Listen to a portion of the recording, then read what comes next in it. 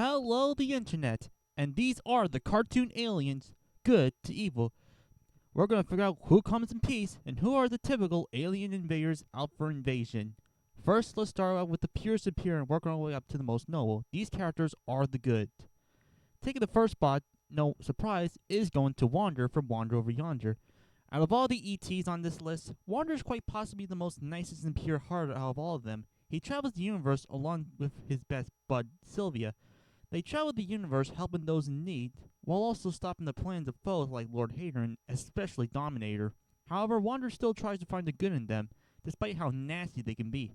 It's those things that give this Wanderer the gold medal. In second place, we have Starfire from Teen Titans.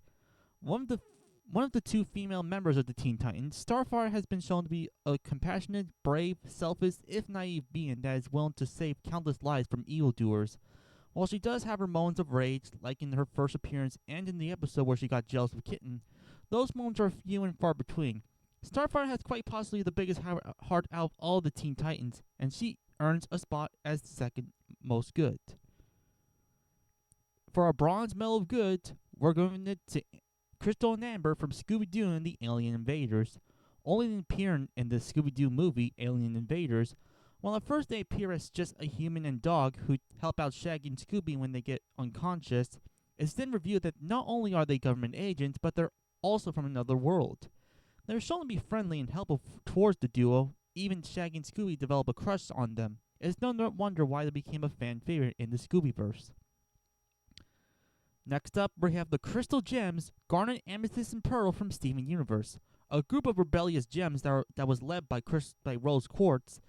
Their main goal is to protect humanity from various threats, while also mentoring Rose's son, Steven, on being a gem. When it comes to Steven, they obviously adore him. They get excited when Steven accomplishes something, they get scared for his life, they get sad when Steven has to leave, and are willing to put their foot down when Steven does something reckless.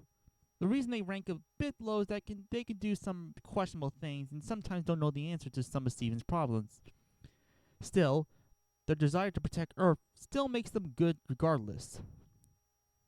Next, we have the Little Green Men from Buzz Lightyear of Star Command, aka the LGMs. While they did appear in the Toy Story films beforehand, I'm only looking at their Buzz Lightyear counterpart. They are behind many of Star Command's tech and will guide Team Lightyear on their missions. However, due to their lack of free thinking, they can also come across as easily influenced. That being said, they still try to help out Star Command when needed, so they're still good. Next, we have another Disney alien, Stitch from Lilo and Stitch. Stitch has quite had some development. One of Jumbo's creations, he starts out as a chaotic and nasty being whose goal is to destroy everything he sees. But after meeting Lilo and learning about Ohana, he becomes more compassionate. By the series, he joins Lilo to help capture and reform many of his cousins, while also thwarting plans of Dr. Hanserville. He still has his flaws, like occasionally being a bit rude and mischievous, but it's clear he's come a long way to being part of a family. Ohana means family, and family means no anybody gets left behind or forgotten. Next, we have Dr. Zoyberg from Futurama, the medic of Planet Express. Zoyberg is a well-meaning creature who clearly cares about his teammates. However, he's far from the best doctor and can unintentionally do some pretty destructive things that nearly cause the Earth to almost be destroyed. Despite this, Zoidberg always has the best of intentions and is clearly one of the more pleasant beings in the series. And that's saying something. Next up, rounding up the good, we have Orbity from the Jetsons. First appearing in Season 2, he was the Jetsons' pet alien and was a fun-loving alien who can cause mischief at times for the family, especially for George. But despite this, he means well and can be friendly. Because he doesn't appear that much due to his audience finding him lame, he lands a bit low as the last of the goods. And with those out of the way, let's talk about the gray area. First off, let's talk about Lloyd from Lloyd in Space.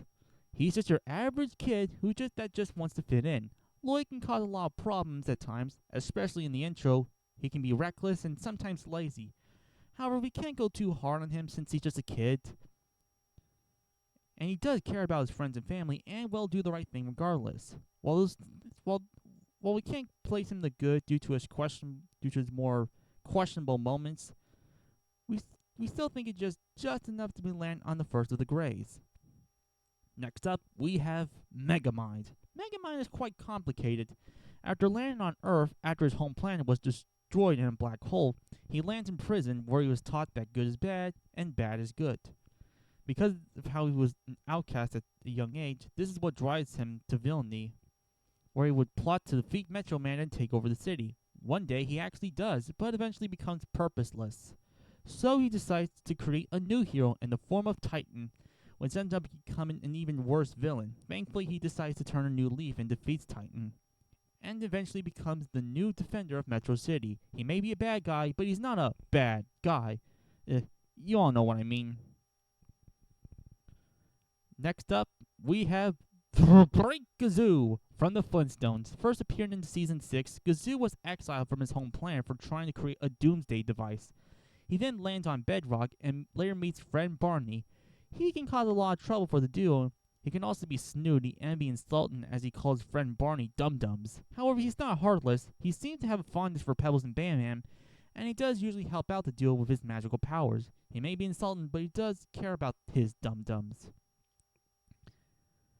Next up, we have Mark Chan from the Fairly Odd Parents. From the planet Yucobotamium, the prince of the planet, in which gross and nasty things are good, and cute and fun is a threat. He first started out as an antagonist, as he takes Vicky to his home planet, but thankfully as the series goes on, he becomes an ally to Timmy, and will help him out at times. He may like nasty mean things, but he does seem to have a heart underneath all that nastiness. And round up the gray, we have the most iconic alien of all, Marvin the Martian. One of the most iconic aliens of all time. Judging Marvin on his actions is quite tricky. On one hand, he's tried to destroy Earth many times and can have a temper. He's even worked for the evil chairman from back in action. On the other hand, he has teamed up with the Looney Tunes at times, and he does care about his dog, K9. It's not much, but it's still something. And that wraps up the gray area. Now let's move on to the typical evil aliens, the bad to evil. First off, let's talk about one of the more obscure aliens, Dorcas from planet Sheen. Now, to be fair, Sheen did destroy his home, and Sheen did show no remorse for it, stating that his house destroyed his rocket. However, what places him this low is the fact he's willing to try to kill Sheen at times. Keep in mind, Sheen is just a kid, regardless of how obnoxious he can be. He may have had his reasons, but attempted murder is still pretty bad. However, compared to other villainous aliens, he is quite tame. Next up, we have Roger from American...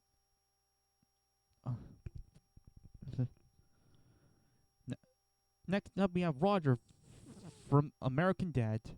Roger is shown to be as the master of disguise and can do some pretty terrible things like lying, manipulating others, but deep down he does care about the family. Still, his actions are so bad that it lands him here. Next up, we have Ken and Kodos from The Simpsons. Appearing in the Treehouse of Horror specials, these two octopus aliens constantly invade Earth and try to subjugate the humans, especially the Simpsons as well. However, most of the time they kind of just do their own thing, so that's why they're not any lower. Next up, we have King Gobat from Jimmy Neutron. Emperor of Yokius, this egg-shaped alien kidnaps the parents of Retroville in order to sacrifice it to his chicken. After being defeated, he returns and the Eggpire strikes back in order to trick the residents that he turned a new leaf, when in actuality he was planning on creating a new chicken to eat the residents of Retroville. He was also the one that formed the League of Villains to stop Jimmy and destroy him once and for all. It's no wonder why he's one of Jimmy Neutron's greatest foes. Next up, we have Zim from Invader Zim. While on the surface he doesn't seem that threatening, as he was sent to Earth only because of his destruction to the Urkin Empire, but boy, when he tries to be evil, he can be real evil. He caused mass destruction numerous times, harmed innocent civilians, and even almost destroyed both Earth and his empire as well. The only thing that keeps him a bit high is that he has saved the Earth a few times, but still. Next up for our Bronze of Evil, we have Galacar from Monsters vs. Aliens. The main villain of Monsters vs. Aliens, this Megamind lookalike, plots to conquer the planet Earth. Standard evil alien stuff, but Galacar takes it to a whole new level. I mean, he flat out destroys his own planet. That alone was pretty diabolical. The only thing that keeps him from falling in lore is that he isn't meant to be taken too seriously at times. With the silver medal of evil, we have Vilgax from Ben 10. The most dangerous and vile foe Ben has ever faced. His main goal is to steal the Omnitrix in order to conquer the universe. He's already taken over a few planets and destroyed some. As a villain, Vilgax is sadistic, cruel, power-hungry, and has no qualms of killing those in his way, including Ben, a child. But of all the aliens, none can compare to the evils that is the Shredder, aka Trell from TMNT 2003. While the TMNT franchise have had many aliens like Krang and the Triceratops, I think Trell easily takes the most evil his place as the most evil cartoon alien of ever. As a rogue Utrom, he caused many galactic wars, which caused many deaths, which results in his banishment. Ages later, he killed Hamato Yoshi in sheer blood, and has tried to kill the Turtles, Master Splinter, and even their friends numerous times. But what really gives him the gold medal of evil is in the Turtles Forever special, where he attempts to destroy Turtle Prime, which will result in the entire Turtle universe to kill the Turtles for good. What makes this worse is that since this means the eradication of everything else, including himself, but he doesn't care. Planet destruction is one thing, but universe destruction is another thing that gives this guy the gold medal of evil, especially considering that it also means a lot of other universes. Alright, that's my list. Who do you think are the most good evil aliens? If so, leave your thoughts in the comments, and I'll see you all next time.